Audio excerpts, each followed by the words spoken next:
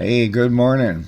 Yes, it is. It's Thursday, September 28th. So, I thought today we would talk about, is a service truck viable for you or me? Things are slowing down, as fall comes because snowblowers don't make us a lot of money because it's basic. It's just usually change the oil, spark plug, kick it out, and it doesn't even take an hour. It takes half hour. And we talked about, moving our customers, managing them so that half of them end up in the fall and half in the spring instead of all in the spring for lawnmowers.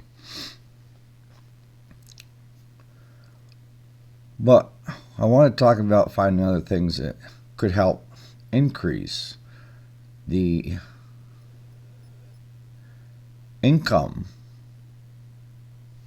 for your business so that you try to keep it the same year round. Something is coming up so that you can at least make money here while things are going down. And Amos hit the nail on the head the other day when he said all you got to do is just look at something that you need done, that you'd be willing to hire somebody else to do it, as long as they could do it as good, if not better than you, and ask the reasonable price. That's how businesses evolve. That's how they grow. People see a need, and they start a business around that need. And then the last thing I want to talk about would be the smash and grab that's going on right now. For us, it's not an issue. I do live out in the country. But I'd like to get your thoughts and what you guys are doing that are closer to the cities on protecting yourself and your business from this crapola. It's the only way I can describe it.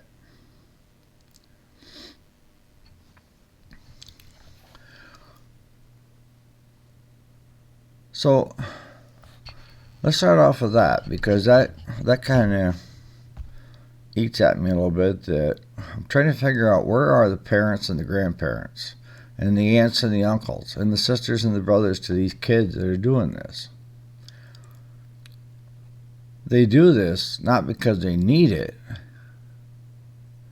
It's the thrill of doing it.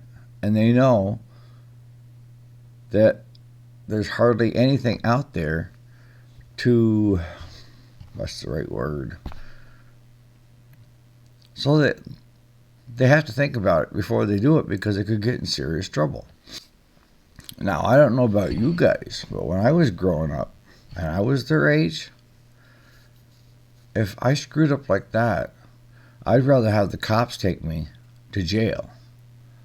Because once I got home and a cop brought me home, or my grandparents got wind of what happened and I was part of it, hooey, I wouldn't be able to sit for a week. And I'd have all my stuff taken from me. I'd be grounded. Where are the parents? Where are the grandparents? Law enforcement should not be the parent, grandparent, and everybody else. We have to get some things in place to deter it. That's all there is to it. There has to be ramifications. And most kids, that's the sad thing, is they don't look at down the road that an employer looking at the employment record, because most time juvies get their records sealed. They don't see that they were involved in this.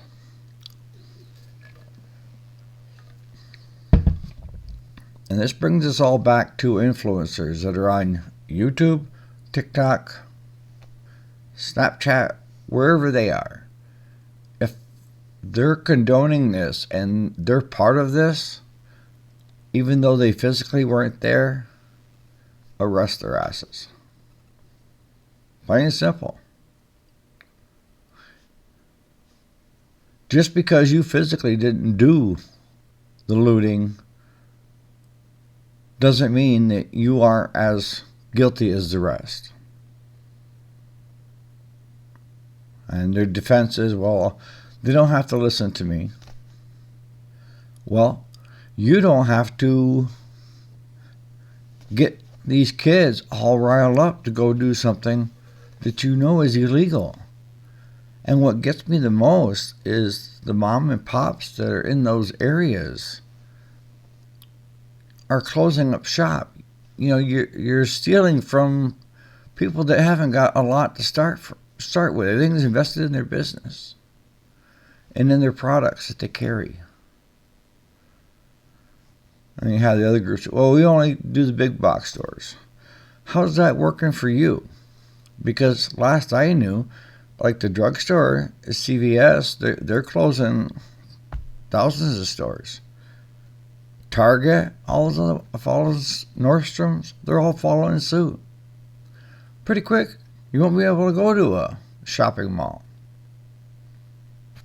Period. Because it's unsafe for their workers, and it's unsafe for that business, and it's unsafe for their customers to even get to them.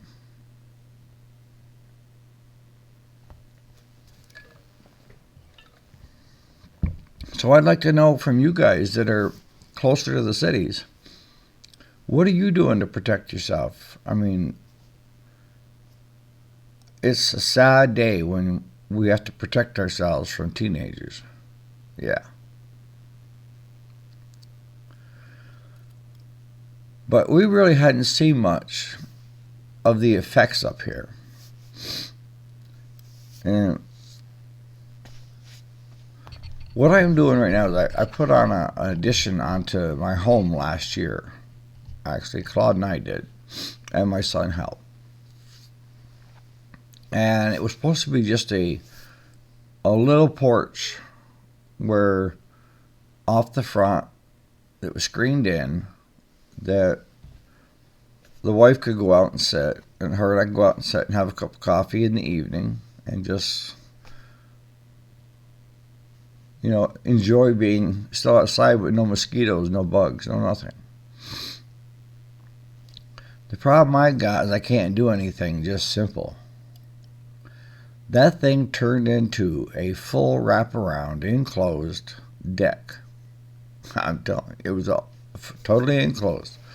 And actually what I'm doing right now is I'm going to have half of it with a pellet stove in it, fully insulated. It's got all windows in that section, thermal pane, thermal pane door. And I'm thinking about turning that into my man cave. The wife is saying, why don't we just have it so when the kids and the grandkids come down, they can just go out there, watch TV, and so that they aren't just hanging out with the adults that bore them. But I've had to go to Lowe's a couple times to get stuff. And when I went over to Lowe's to get my 12-2 wire so I could run the wiring for the outlets and the lights and so forth, yes, I can even do that. I had to find somebody just to unlock the wire cage that had, I mean, I'm serious, there was a cage type thing and it had a padlock on it.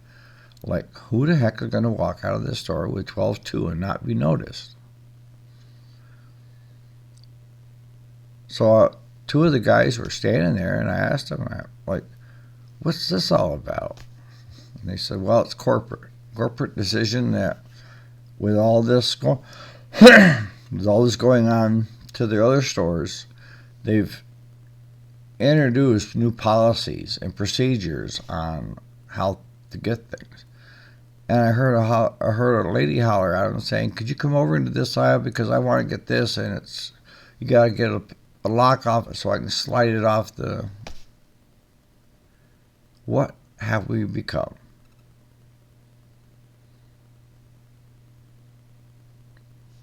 Really? If you're listening to me and you live in these cities and stuff, I would be asking, if you're a grandparent, I'd be asking my grandkids. If you're a parent, I'd be asking my kids, are you any part of this?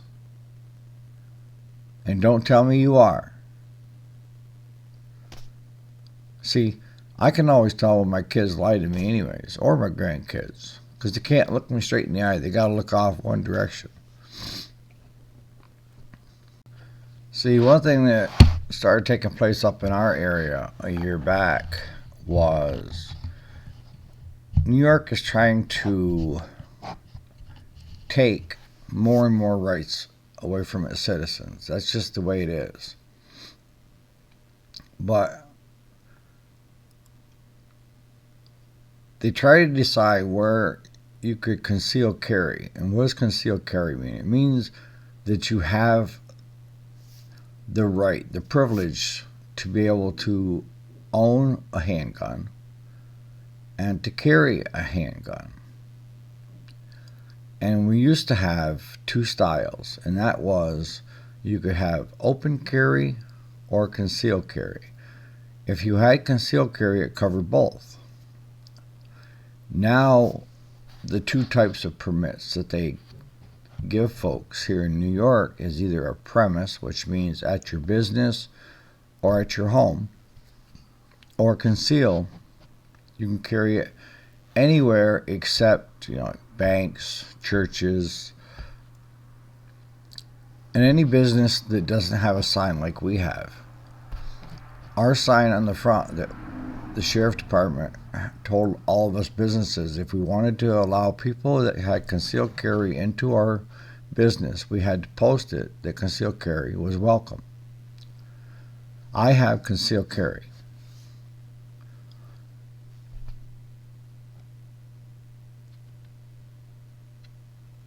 Sometimes just that sign on the front window. Tractor Supply has been one of the big box stores, has kind of become the leader at that. And they have a sign right there that says, concealed carry welcome. That means that I can carry a pistol into Tractor Supply, but it has to be where it can't be seen. And the reason they have it that way, where it can't be seen, is so that it doesn't upset people or make them nervous that you're carrying a firearm. Okay? So as a business, you may want to look at that, of at least getting the sign to put in your front window where they come in that concealed carry is allowed. That don't get me wrong. If I got a bunch of kids that are smashing and grabbing, and I know they're kids, I do not want any firearms involved. Absolutely none. Because they aren't mature enough yet to understand what they're doing. And the last thing I want is somebody getting hurt or killed. What I am suggesting for you guys that are having a business in these areas is just simply having the concealed carry permitted sign if you're in New York. Other states have different regulations, but here in New York, on my front door, my window of my shop, where they come in through the door, it says we do allow concealed carry. That's one deterrent. The other deterrent is like Lowe's and Tractor Supply and all the other ones that are locking everything up so that you can't walk out with it. I want to get back to a simpler life where we were able to trust each other, and parents and grandparents were heavily involved in what their kids are doing on their devices. See, I got an IT background, and I'm also a parent and a grandparent. If your kid is living at home and under 18, you have every right to take that device from it at any time and do a look on their history and see where they've been, what they've been doing, and so forth. And it doesn't take a rocket scientist to figure out if you're scrolling through there and you're picking up a lot of where these influencers or where your kid is hanging out are doing this. A lot of them are photographing what's going on. Most of them don't even hide their faces anymore. You got a few of them with masks, but they know there's no deterrent in place. And they aren't mature enough to figure out what's going to happen down the road. I mean, we had the hippie generation. You know, they did drugs and were peace brother with the flower power and stuff like that. A lot of them matured up, now are doctors and lawyers. But they weren't stealing stuff from other people. They weren't shutting businesses down. They weren't hurting anything other than themselves. All right, so as far as trying to find some markets that you can get into, as far as it doesn't matter what your business is, there's always offshoots and what I call niches that, as I said when I started the video, is find something that you would like to have somebody else do that did as good a job, if not better, and was affordable.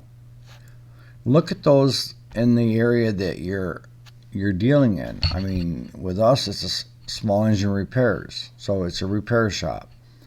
You know, it could be any business out there, you know. But what you need to do is you need to have it so that you're generating income 12 months of the year. You know, unless you go to Florida for the winter or something like that, or you shut down. I know up here in this area we have like 2 different ice cream parlors, and they don't start up until right around May, and they shut down usually the week after the kids go back to school. And most of those folks are snowbirds. So what we call snowbirds is during the winter months they go south, and then in the spring when it starts warming up they come back and they're up here all summer. But for us, when I started looking at things that there was a need but there wasn't anybody doing it, and that was working on the older tractors. And Claude has helped me a lot with that niche because he enjoys working on the older stuff that you don't need a computer to plug it in. And you do need to be able to diagnose, listen to it, and do checks to see what's going on with it. I mean, we had one guy here, it was 3 weeks ago, end up dropping off 3 tractors in our yard, and then we had to go fix a tractor and a dozer up in the wood. He bought a piece of property up here a few years back, and they were up in the woods, and we had to take side-by-sides to get to them because you couldn't get a vehicle in there.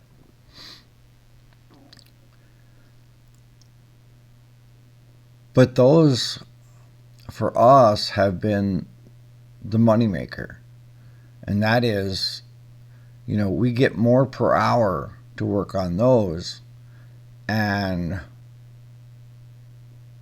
90% of the people that call us with the older tractors, they want it fixed because it used to belong to their father, their grandfather, their grandparents, you know, their parents, what have you. And it has sentimental value. And they want to see the old girl run it again. And we keep our customers, whether it's lawn care stuff, lawnmowers and that, to the tractors, we keep them informed. If it's going to be what I feel an expensive repair, I want to talk with the owner first and get their feeling on it and what they would like to do. And then go from there. So, whatever business you're in, look at things that people need that aren't being met. Easy peasy, right? All right, so and lastly I wanted to cover, you know, is a shop truck, a service truck, viable? See, I have 2 shop trucks, and we do pickup and drop-offs. And if it's a an older tractor like a Farmall or a Farmall, but a Ford 8N, 9N, Jubilee, or Ferguson TO20. I use the newer truck with a tandem axle trailer, and we pick those up and bring them here. And then for the bigger tractors, I have the Ford Dually, and we use a gooseneck. It's a 16-foot, and then it has the dovetail on it to bring those back to the shop. We do run a service truck where if a farmer's down and he needs his tractor sitting out in the field, he needs it fixed, but we have to charge a premium on that. And why is that? Because if there's two of us take the truck and we go, that means two of us aren't getting work done here at the shop. So that customer is going to have to pay from the minute we leave until the minute we get back, so that we're not going backwards. And then they also have to cover fuel, how much fuel I spent. And an example is last Friday when we went 111 miles one direction to work on a guy's tractor, compact tractor that needed a loader, was he understood that, this is what you're going to be up against. You're going to have to be paying us from the time we get in the truck to the time we get back. And if you don't do it that way, then you're going to go backwards on it.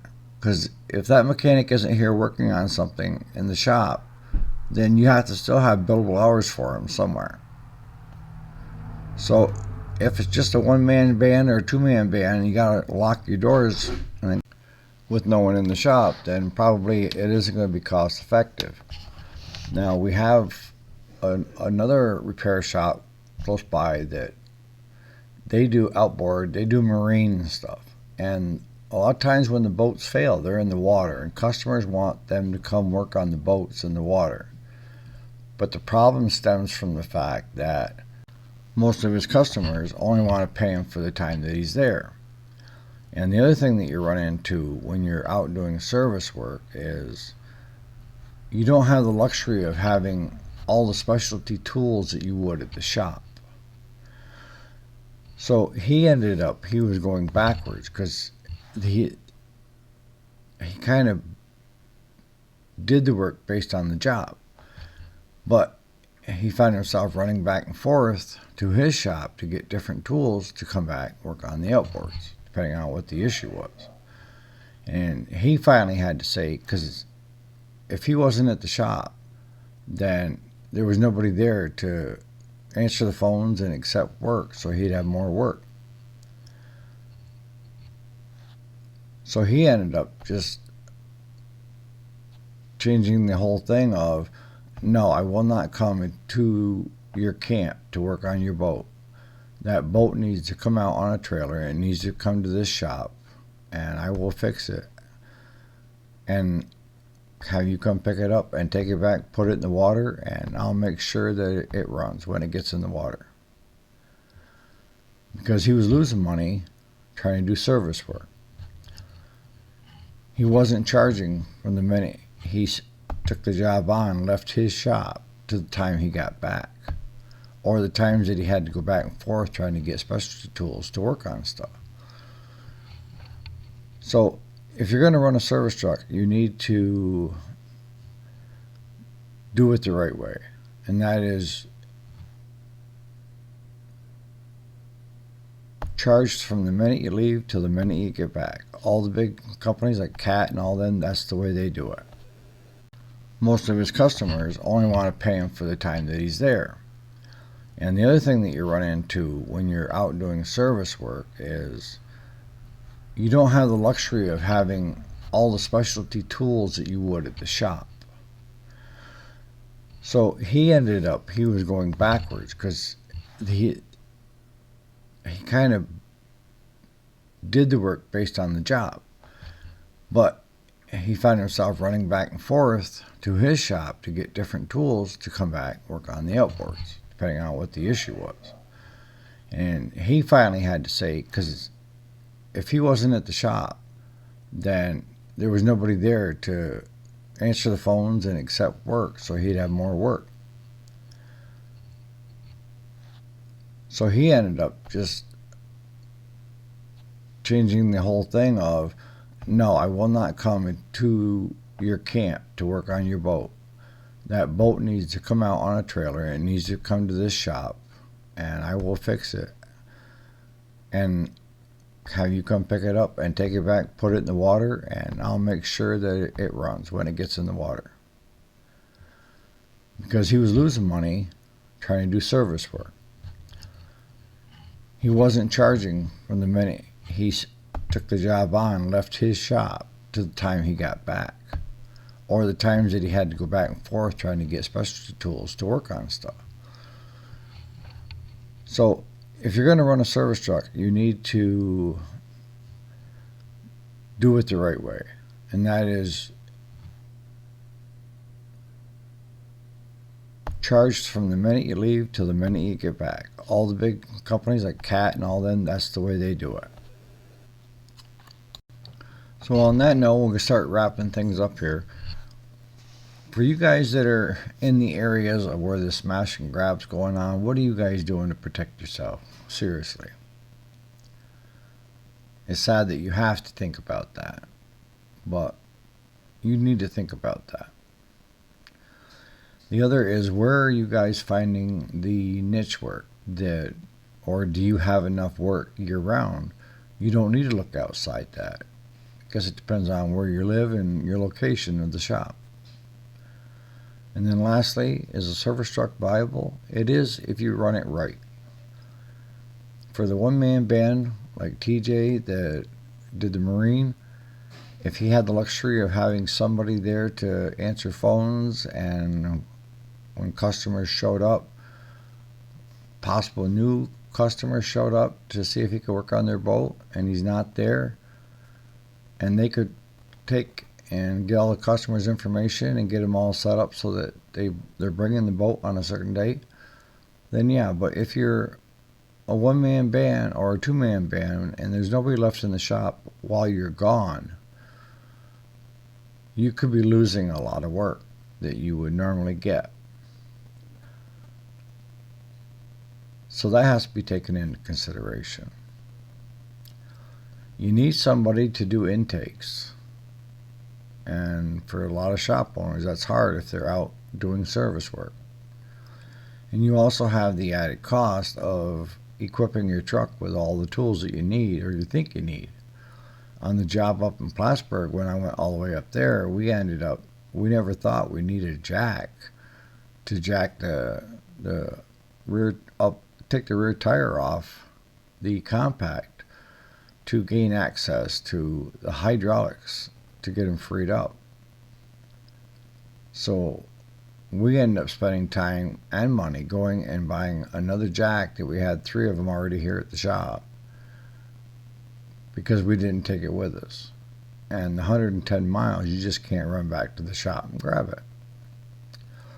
So on that note, you guys have a great Thursday, and we'll see you here tomorrow morning, same time, same place. Thanks so much for watching.